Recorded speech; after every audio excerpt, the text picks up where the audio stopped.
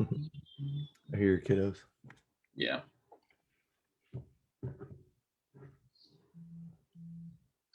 Shay's been feeling especially active today. I don't know why, but he's having fun. Yeah. Did he wake up for? Actually, he past few nights he's been doing a thing where he's been waking up in the middle of the night, like 2 a.m., like just kind of off. And Emily slept with him a couple of times, so I don't know. He actually he slept in pretty late today. Gotcha. From last night. So maybe that's it. Maybe he's just supercharged from that. Yeah. It's like waking up with energy. Yeah. All right. Looks like we got a few people here. Hey, everybody. Good to see you. Glad you're with us. We're going to be in Matthew 16 today. Like we've been saying the last couple of times, originally we intended just to study the sermons of Jesus in Matthew, but both Ben and I didn't want to skip over these great chapters with lots of dialogue from Jesus and some pretty obviously important things. Obviously, all of it's important, and we don't mean to be skipping any of it, but the original intention was we were just going to look at the sermons. So I thought we could actually read all of chapter 16 just to get the feel for the whole context. I think a lot of times these individual stories in this chapter kind of get, by me, separated. I really think there's kind of a point being made by talking about seeing the way the Pharisees were dealing with Jesus and what they were seeing, and then how Peter was seeing it and what that meant. But then also some of the struggles that would come from paying attention to man's things and not God's things. So let's read the whole thing. We'll see how far we get today. Is that good by you? That's great. Let's do it. All right. I don't know what Ed Sanderson means by mission creep, but I'm sure it means something profound. So, all right. Matthew chapter 16. The Pharisees and Sadducees came up, and testing Jesus, they asked him to show them a sign from heaven. But he replied to them, "When it is evening, you say it will be fair weather, for the sky is red. And in the morning, there will be a storm today, for the sky is red and threatening. Do you know how to discern the appearance of the sky, but cannot discern the signs of the times? An evil and adulterous generation seeks after a sign, and a sign will not be given it except the sign of Jonah." And he left them and went away. And the disciples came to the other side of the sea, but they had forgotten to bring any bread. And Jesus said to them, "Watch out and beware of the leaven of the Pharisees and Sadducees." They began to discuss this among themselves, saying, "He said that because we did not bring any bread." But Jesus, aware of this, said, "You men of little faith, why do you discuss among yourselves that you have no bread?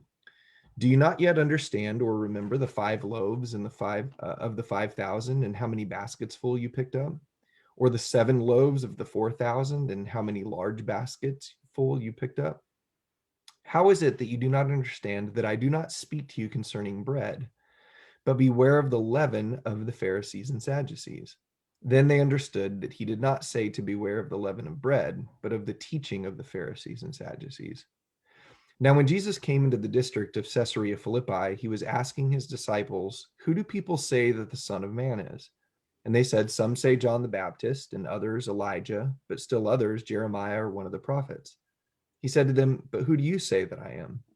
Simon Peter answered, "You are the Christ, the Son of the living God." And Jesus said to him, "Blessed are you, Simon Bar-Jonah, because flesh and blood did not reveal this to you, but my Father who's in heaven. I also say to you that you are Peter, and upon this rock I will build my church, and the gates of Hades will not overpower it. I will give you the keys of the kingdom of heaven, and whatever you bind on earth shall have been bound in heaven, and whatever you loose on earth shall have been loosed in heaven." Then he warned the disciples and that they should tell no one that he was the Christ. From that time, Jesus began to show his disciples that he must go to Jerusalem and suffer many things from the elders and chief priests and scribes, and be killed, and be raised up on the third day. Peter took him aside and began to rebuke him, saying, "God forbid it, Lord. This shall never happen to you." But he turned and said to Peter, "Get behind me, Satan. You are a stumbling block to me, for you are not setting your mind on God's interests, but man's." Then Jesus said to his disciples, "If anyone wishes to come after me, he must deny himself and take up his cross and follow me. For whoever wishes to save his life will lose it, but whoever loses his life for my sake will find it. For what will it profit a man if he gains the whole world and forfeits his soul? Or what will a man give in exchange for his soul? For the Son of Man is going to come in the glory of his Father with his angels, and will then repay every man according to his deeds. Truly I say to you, there are some of those who are standing here who will not taste death until they see the Son of God coming in his kingdom." I like this section a lot, especially the question Jesus asks pretty early in his discussion with them. He asks it twice, in verse 11 and then in verse 9. Do you not understand? And it seems to me that's kind of the big theme of this section. And really, I think you go back this up into the past couple chapters. It's been a lot about don't you get it? He even uses that little illustration at the beginning of the chapter of, you guys can look at the sky and figure out stuff of what's going to happen in terms of the weather. Can you not look around at what's going on and understand what's happening right now? Right. And of course, that's kind of the whole discussion with Peter in the later part of the chapter.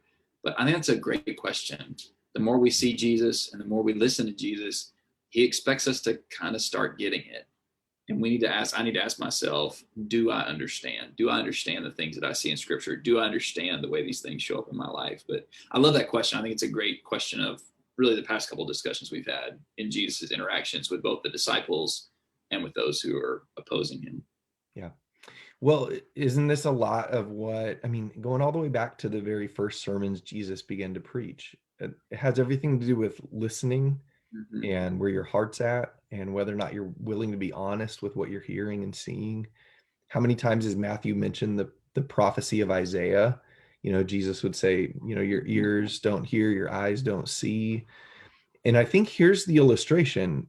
I mean, in some ways, this is a pivot chapter or like a climax chapter. The leaders of the Jews can't see the signs that are going on in front of them. They can't see what God's trying to say. And Jesus just says to them, it's because you're not looking at things the right way. Like, you've got your own agenda here. And then he commends Peter that Peter figured it out. These fishermen figured out the signs and know the answer here. I think, to me, this whole chapter, though, goes from, you've got these leaders of the Jews who don't see it. You've got these simple men like Peter who do see it, but then they also struggle. They struggle because when it doesn't line up with what their expectations are, what they hope for, what they want, then Peter rebukes Jesus, and Jesus has to say, "You're thinking of man's things right now, not God's. Earlier you were doing well." And then the last part about this, like when he gives this stuff about, if anyone wishes to come to me, you have to deny yourself. Um, part I think what's going on there is the motivation of the scribes and the Pharisees was a lot about preserving their way of life, their power, their situation. Jesus was coming in and messing that up. And that's what made them not be able to see things clearly, was trying to save their own life in a way. Yep. So that's sort of, to me, the bigger picture of the whole discussion, but there's details in this for sure. Well, and one of those details I think fits in with what we're saying, this whole thing of, are you even keeping yourself open to be able to understand? Because that's the thing. This understanding is not like Jesus was. I mean, he said some things that were a little enigmatic and a little paradoxical, but the truth was, if you came and asked, or if you were at all seeking, it all comes through pretty clear. Mm-hmm. The people who didn't understand who Jesus was or what he was saying or what he was up to were, like you said, people who were setting their minds on earthly things or thinking in man's thoughts instead of thinking God's thoughts after him. I love verse 4, where he says, "An evil and adulterous generation wants a sign." Yeah.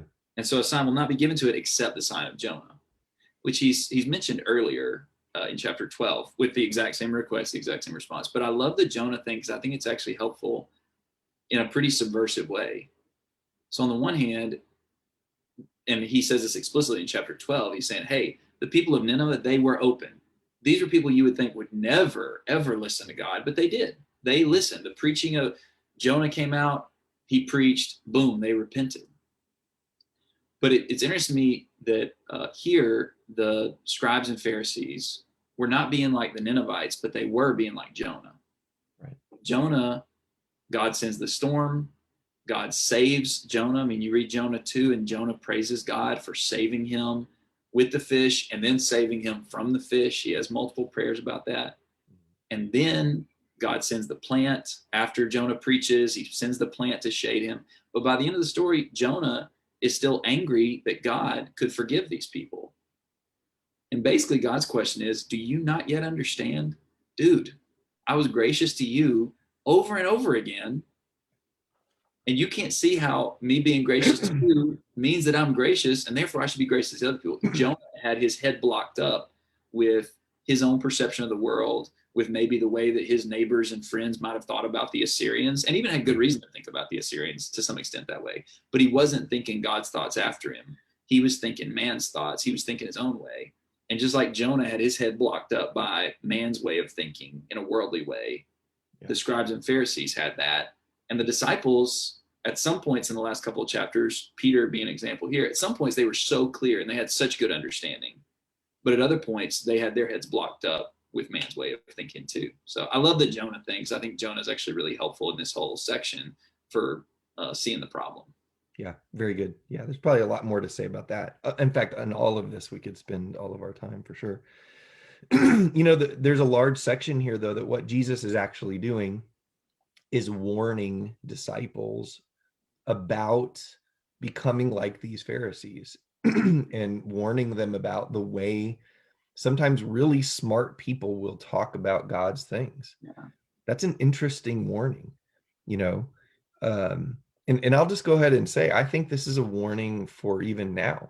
Like when people who seem to be so smart and act almost like they're the ones that know everything about God and everything about Scripture, and yet you see them sometimes miss what seem to be some of the simplest of things, but those are the things that challenge their life or their place or their power or their way of life. We need to take a step back and be like, okay, as enamored as I might be with like what they know and their degrees and like their leadership, I need to not become like that. Like we have to be really careful about that. And even people who have a degree of wisdom that proves to be true and accurate. Right. I mean, Jesus says these are people who can predict the weather. That's pretty cool. Like most people aren't able to do that, but he said they could figure out some stuff. So people may prove something, whether it's in the natural realm or in the spiritual realm or in relationships, and they do exactly like you're saying, whether it's that they have a piece of paper on their wall that says, hey, look, I'm a smart person, I know stuff, or I have some title that makes you think you should follow me. They may actually be right about some stuff. And then the temptation is just to look to them for wisdom, to look to one another, look into men as the source of wisdom and all that stuff, Yeah. as opposed to really having understanding filtered through Jesus. Yeah, very good. So I noticed a couple of things in this too.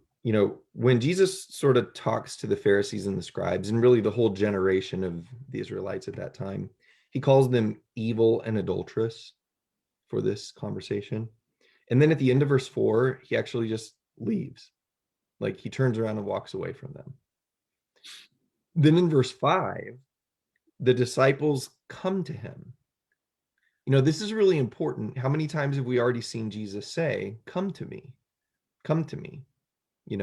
They come to Jesus and challenge him, but these guys seem to come to him, of course, I think to be learning from him. Mm-hmm.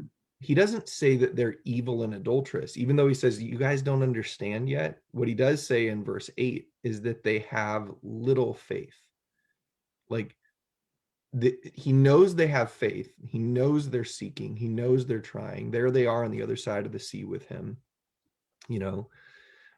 They're feeling bad about being irresponsible because they're not taking care of their teacher like they should with bread. But I just want to there's a difference between hard-heartedness and a faith that struggles to maybe always understand things. That's a great point. So on the faith thing, I was just thinking about if I was one of the disciples and Jesus was talking in the follow-up here, right? Hey guys, watch out for the leaven. He means the influence of these guys, but they think it's about the bread and all that stuff. Right. And then his rebuke, whenever we're concerned, like he wants to, we think he's concerned about eating, and we didn't have that. He's pretty stern with us. I mean, he doesn't do the same thing like you said. He doesn't treat us in the same way that he treated the Pharisees and the scribes just a second ago. But he still is kind of hard. I don't know. He's pretty abrupt. You men of little faith, why are you discussing about yourselves the fact that you have no bread? Do you not yet understand nor remember the 5 loaves of the 5,000 and how many baskets you picked up and that whole thing? Mm-hmm. It's just striking me. I looked it up because I thought I couldn't remember, but there's 4 times in Matthew where Jesus says the little faith thing. Mm-hmm. One time is about worrying about clothing and food, chapter 6, verse 30. One time is whenever the storm came upon them while Jesus was asleep in the boat, chapter 8, verse 26. And the other time is with Peter whenever he walks on the water in chapter 14 and verse 31, you little faith. I guess my point is those other 3 seem much more dramatic, and it kind of makes sense. Like you needed to have faith. I guess it's interesting that Jesus uses that same language here and challenges them. And I'm not sure what to make of it other than Jesus is maybe trying to elevate, hey, this is a big deal that you guys start getting a hold of this, or else you're going to get swept away with these men if your faith doesn't grow in accordance with your understanding. I don't know what you think about him using that phrase. I just think it's kind of interesting, and it's a big deal phrase that Jesus uses in other places. Yeah, for sure. But now he connects it to something, something that they had witnessed and participated in. He brings up the feeding of the 4,000 and the feeding of the 5,000. I've always been kind of curious about this. Like, why is he bringing this up right now to rebuke them about the misunderstanding concerning bread? I mean, one way to read this is, why are you guys worried about physical bread? Don't you know that I can feed even thousands of people? That's one way to read it. I don't think that's what he's doing, though. I don't think he's just saying like, hey, dense guys, I'm not talking about bread. I could make bread if I wanted to make bread. Number one, I don't think that's what Jesus generally did. I think that was 2 significant miracles. So I don't think what he's getting at is, of course, I'm not talking about bread. I can make bread.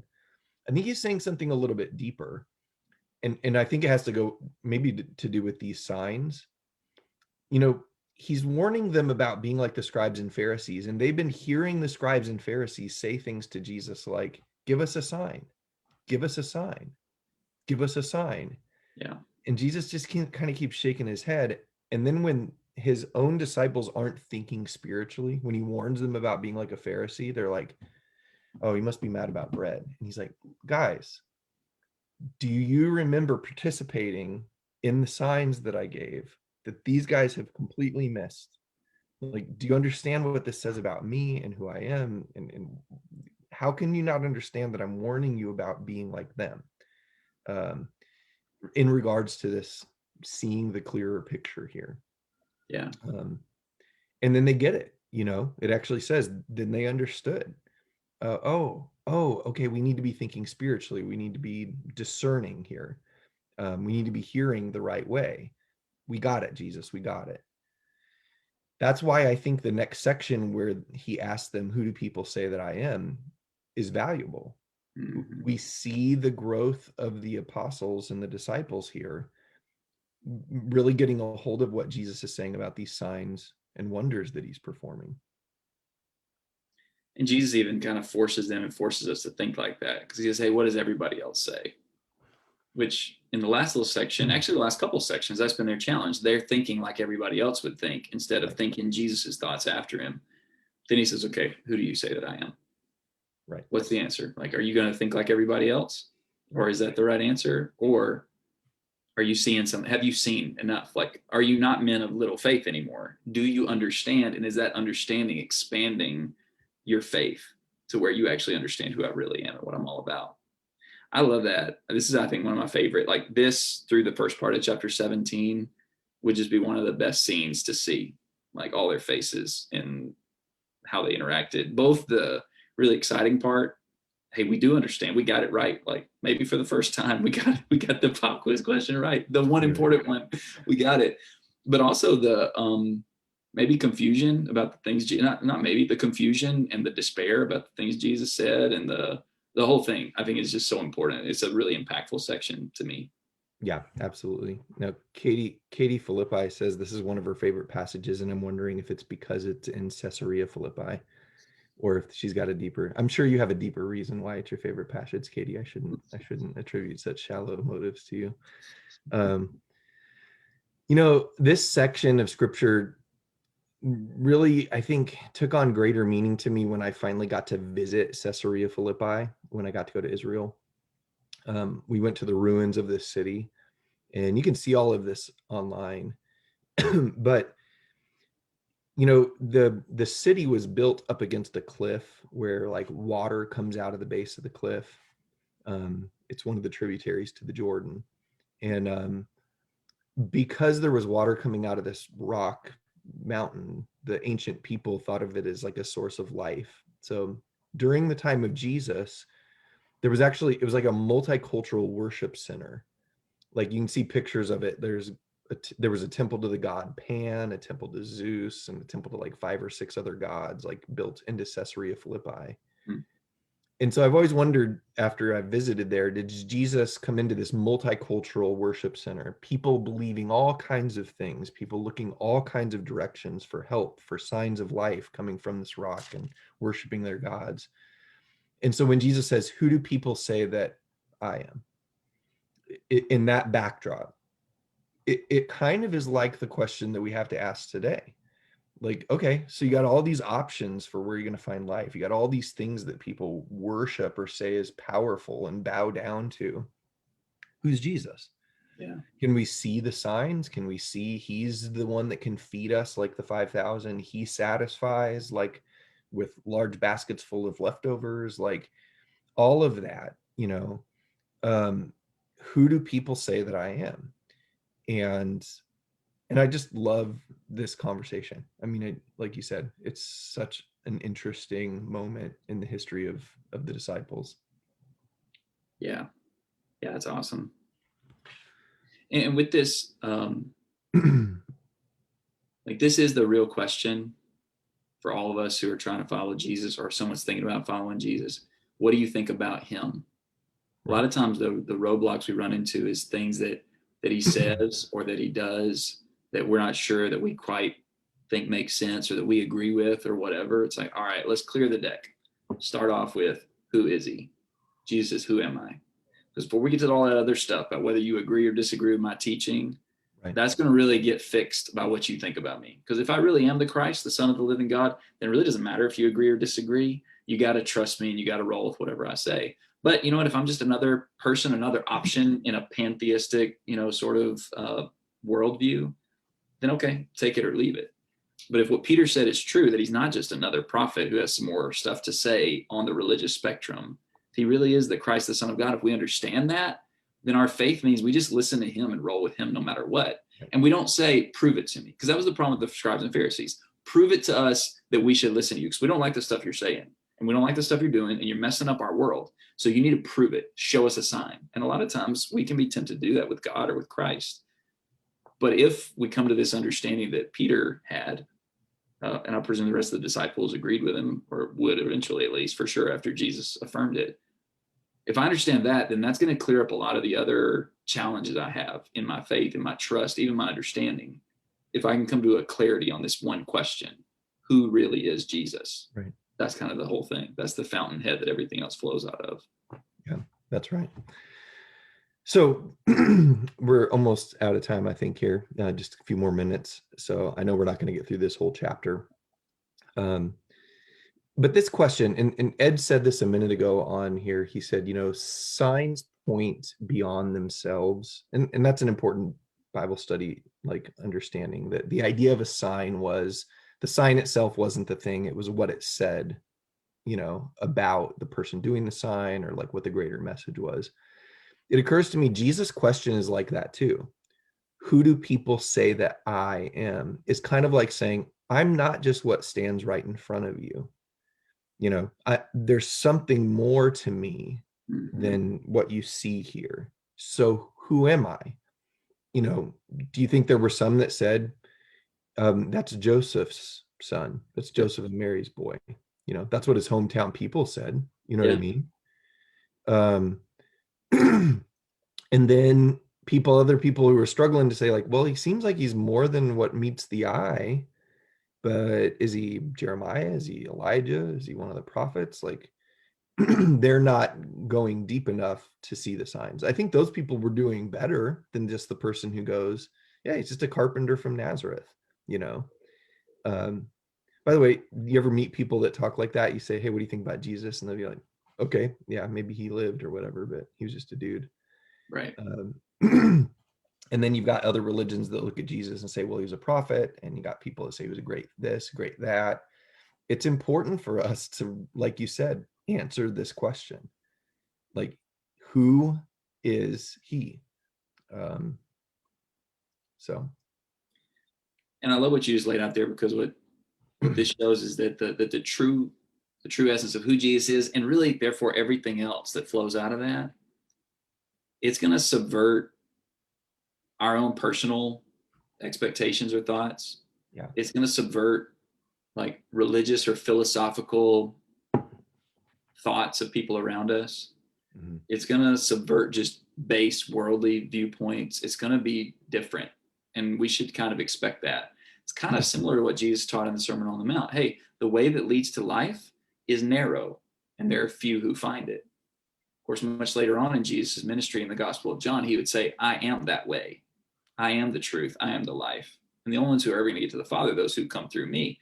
So this understanding of really appreciating who Jesus is a pretty narrow thing that most people around us aren't going to accept. And we may even be drawn to certain ideas about Jesus that don't really match up. Even actually, Peter, I mean, we're not going to get into this today, I don't think, but the very next thing is where he really didn't get it. I mean, he got it. He knew like the right answer. And I think he probably knew a lot of things about that right answer, but it was really hard for him to fully embrace the weight of that answer. And Yeah. that can be really true for me. I can appreciate some things, know some things, preach some things that are true about who Jesus is, but still be missing some pretty significant components of what that means. So this Yeah. understanding, this growing in faith, is kind of a constant journey of self-reflection and trying to appreciate what the real answer is and what it means. Yeah. Very good. It's like Peter gets the question, who is Jesus, right? But he got the question, what was Jesus here to do, wrong. Yeah. So even though he gets who he is right, he doesn't understand his purpose or his, mission or his, and that makes him Satan in Jesus, Yeah. the same. We'll talk about that more.